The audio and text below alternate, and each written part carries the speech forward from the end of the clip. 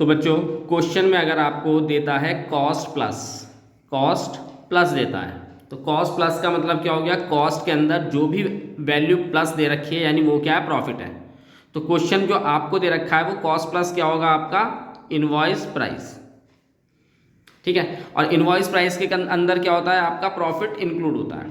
तो आप उसका स्टॉक रिजर्व निकालेंगे। स्टॉक रिजर्व किस किस चीज़ पे निकलता है, ओपनिंग स्टॉक पर, गुड्स सेंट टू ब्रांच पर, रिटर्न आउटवर्ड पर और क्लोजिंग स्टॉक पर। ठीक, अब स्टॉक रिजर्व निकालने के लिए आपको यानी जो ये इनवॉइस प्राइस दे रखा है उसमें से आपको बेसिकली प्रॉफिट सब्ट्रैक्ट करना है, यानी प्रॉफिट निकालना है।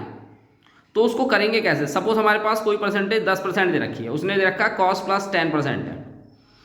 तो यानी जो भी आपको वैल्यू दे रखी है क्वेश्चन में, जो भी ये दे रखा है इनवॉइस प्राइस दे रखा है वो 110% है। अगर 10% दे रखा है तो 100% तो कॉस्ट हो गई उसकी, उसमें 10% प्रॉफिट इंक्लूड हो गया, यानी 110% हो गया। तो आपको कैसे कैलकुलेट करेंगे, 10/100 प्लस 10।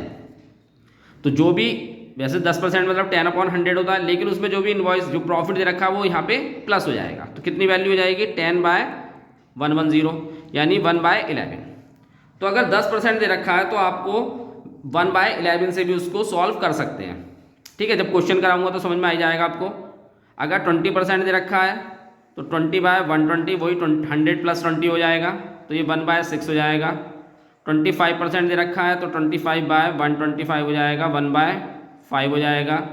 33.33% दे रखा है तो ये आएगा 33.33 और 133.33, तो 1/4 हो जाएगा।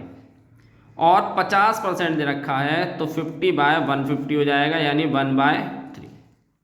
ठीक है, तो जो भी आपको अगर क्वेश्चन में स्टॉक रिजर्व बनाना होगा तो वो आप इस तरीके से निकालेंगे स्टॉक रिजर्व। ये परसेंटेज यही दे रखी होगी बेसिकली। इसके अलावा अगर कोई परसेंटेज आती है तो मैंने आपको बता दिया कि कैसे उसको कैलकुलेट करना है। तो अब हम चलते हैं इसके क्वेश्चन की तरफ। तो question number 7, A Mumbai head office has a branch in Gaya to which goods are invoiced at cost plus 20%। यानी आपको 20% प्रॉफिट दे रखा है, यानी इनवॉइस प्राइस जो बना रखा है वो 20% प्रॉफिट में बना रखा है। From the following particulars prepare the necessary general entries and open branch account in the head office book. तो जनरल एंट्री तो फिलहाल हमें यहाँ पे नहीं पास करनी है, हमें केवल ब्रांच अकाउंट बनाना है। दिया क्या क्या है, गुड्स एंड टू ब्रांच है, टोटल सेल है, कैश सेल दे रखी है, कैश रिसीव फ्रॉम डेटर दे रखा है आपको, डेटर कमिटमेंट यानी ओपनिंग दे रखा है, स्टॉक कमिटमेंट ओपनिंग दे रखा है यानी ओपनिंग डेटर दे रखा है, ओपनिंग स्टॉक दे रखा है, और स्टॉक एट द एंड यानी क्लोजिंग स्टॉक दे रखा है आपको। ठीक है, अब देखिए हमें दिया क्या है, टोटल सेल। तो सेल आपकी दो टाइप की होती हैं, एक तो कैश सेल और एक क्रेडिट सेल्स। तो यानी ये जो टोटल सेल होता है वो एडिशन होता है कैश सेल और क्रेडिट सेल्स का। ठीक, तो हमारे पास टोटल सेल दे रखा है, कैश सेल दे रखा है, तो हम क्या करेंगे, टोटल सेल में से कैश सेल सब्ट्रैक्ट कर देंगे तो हमारे पास क्या निकल के आएगा, क्रेडिट सेल्स। तो सबसे पहले क्रेडिट सेल्स निकालेंगे, फिर क्योंकि क्रेडिट सेल्स आ गया क्वेश्चन में तो आपको डेटर अकाउंट बनाना पड़ेगा। डेटर अकाउंट में ओपनिंग डेटर दे रखा है तो क्लोजिंग डेटर निकल के आएगा, फिर उसके बाद आप इसका ब्रांच अकाउंट बनाएंगे। तो टोटल सेल बराबर होता है cash sale plus credit sales. Question में टोटल सेल भी है, कैश सेल भी है, तो हम यहाँ से क्या निकालेंगे, क्रेडिट सेल्स। तो क्रेडिट सेल्स बराबर क्या आएगा आपके पास, total sale minus cash sale. अब हम टोटल सेल देख लेते हैं कितनी की है और आपकी कैश सेल कितनी की है। तो टोटल सेल आपके पास 1,03,200 की है और कैश सेल आपके पास 55,200 है। तो पहले हम क्रेडिट सेल्स निकाल लेते हैं वैल्यू फिल करके। तो टोटल सेल आपके पास ये हो गई और कैश सेल आपके पास ये हो गई। तो यहाँ से आपके पास क्रेडिट सेल्स आएगी आपकी 48,000, सब्ट्रैक्ट कर देंगे इसे। अब आप इसको डेटर अकाउंट में इन वैल्यूज़ को पुट कर देते हैं। तो जो जो क्वेश्चन में दे रखा था वो वैल्यू हमने फिल कर ली। ओपनिंग डेटर है, क्रेडिट सेल्स है, कैश रिसीव फ्रॉम डेटर है और क्लोजिंग डेटर है। अब क्वेश्चन के अंदर आपको क्रेडिट सेल्स दे रखी थी, अभी हमने कैलकुलेट करी 48,000 की, तो पहले हम वो लिख लेते हैं 48,000 की क्रेडिट सेल्स हो गई। फिर उसका ओपनिंग डेटर देखते हैं कितना है। तो ओपनिंग डेटर कितना है आपके पास 12,000 का और कैश रिसीव फ्रॉम डेटर है 44,000।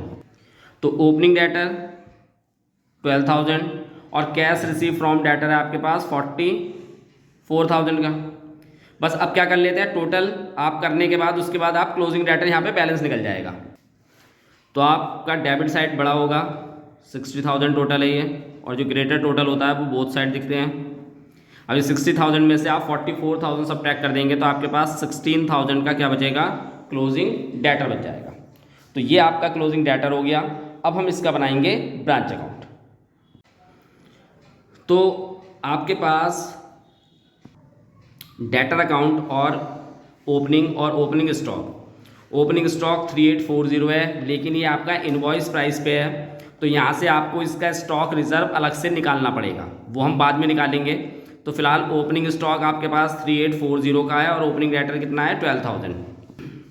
ओपनिंग स्टॉक 3840 और ओपनिंग डेटर है आपके पास 12,000। फिर गुड्स सेंड टू ब्रांच, इसका भी आपको स्टॉक रिजर्व यानी लोडिंग निकालना पड़ता है। तो गुड्स सेंड टू ब्रांच है आपके पास 1,05,936। तो गुड्स सेंड टू ब्रांच है आपके पास 1,05,936। तो बच्चों आपको क्वेश्चन तो समझ में आ रहे होंगे इसके, तो चैनल को सब्सक्राइब जरूर कीजिए, क्योंकि आपको चैनल में जो है जितने भी आपके न्यूमेरिकल पार्ट हैं सभी के सॉल्यूशन मिलेंगे, बीकॉम के, एमकॉम के, एमबीए के। तो अब हम आगे चलते हैं। कैश सेल, तो कैश सेल है आपके पास 55,200 का और कैश रिसीव फ्रॉम डेटर है आपका 44,000 का। तो कैश सेल आपके पास है कितने का है, कैश सेल आपके पास 55,200 का और कैश रिसीव फ्रॉम डेटर है आपके पास 44,000 का। ठीक है, अब इसके बाद यहाँ पे एक्सपेंसेस तो कोई नहीं है, तो फिर हम पहले इनके स्टॉक रिजर्व निकाल लेते हैं, ओपनिंग स्टॉक का और गुड्स सेंड टू ब्रांच का। तो क्वेश्चन में आपको कॉस्ट प्लस दे रखा है 20%, यानी 20% है, यानी जो प्रॉफिट इंक्लूड है वो 20% है। तो आपको 20/120 लेना पड़ेगा वैल्यू का। तो ओपनिंग स्टॉक 3840 है, उसका स्टॉक रिजर्व हम क्रेडिट साइड में बनाएंगे 3840 का 20/120। तो इसका 20/120 कैलकुलेट करेंगे तो ये आएगा आपके पास 640। फिर ऐसी गुड्स सेंड टू ब्रांच है, ये अमाउंट है आपकी, तो इसका स्टॉक रिजर्व निकालेंगे, अपोजिट साइड ही निकलता है स्टॉक रिजर्व, तो वो इसका 20/120 ये आएगा आपके पास 17,656। ठीक है, अब आप क्लोजिंग डेटा ले लेते हैं, क्लोजिंग स्टॉक ले लेते हैं और उसका क्लोजिंग स्टॉक का जो स्टॉक रिजर्व वो हम टू साइड में निकालेंगे, क्योंकि स्टॉक रिजर्व आपको पता है अपोजिट साइड लेते हैं। तो आपके पास क्लोजिंग डेटर तो हमने अकाउंट पे निकाला था, जो हमने पीछे अकाउंट बनाया था डेटर अकाउंट का, वहाँ पे 12,000 आया था और क्लोजिंग स्टॉक कितना है आपके पास 6720। तो क्लोजिंग डेटर आपके पास 16,000 आया था वहाँ पे, और हमारे पास जो क्लोजिंग स्टॉक है वो 6720 का है। अब इसका हमें स्टॉक रिजर्व निकालना है, तो इसका स्टॉक रिजर्व आप डेबिट साइड में निकालेंगे। तो स्टॉक रिजर्व क्लोजिंग स्टॉक का निकाल लें हम, तो अमाउंट है आपके पास 6720 और इसका आप कैलकुलेट करेंगे 20/120 से। ठीक है, और ये अमाउंट आपकी कैलकुलेट आएगी 1120। एक्सपेंसेस कोई नहीं दिए, बस अब आपको करना क्या है, टोटल करना है और उसके बाद प्रॉफिट या लॉस यहाँ पे कैलकुलेट कर लेना है। तो आप देखेंगे कि आपका क्रेडिट साइड का जो टोटल है वो ग्रेटर होगा, और वो कितना है 1,40,216।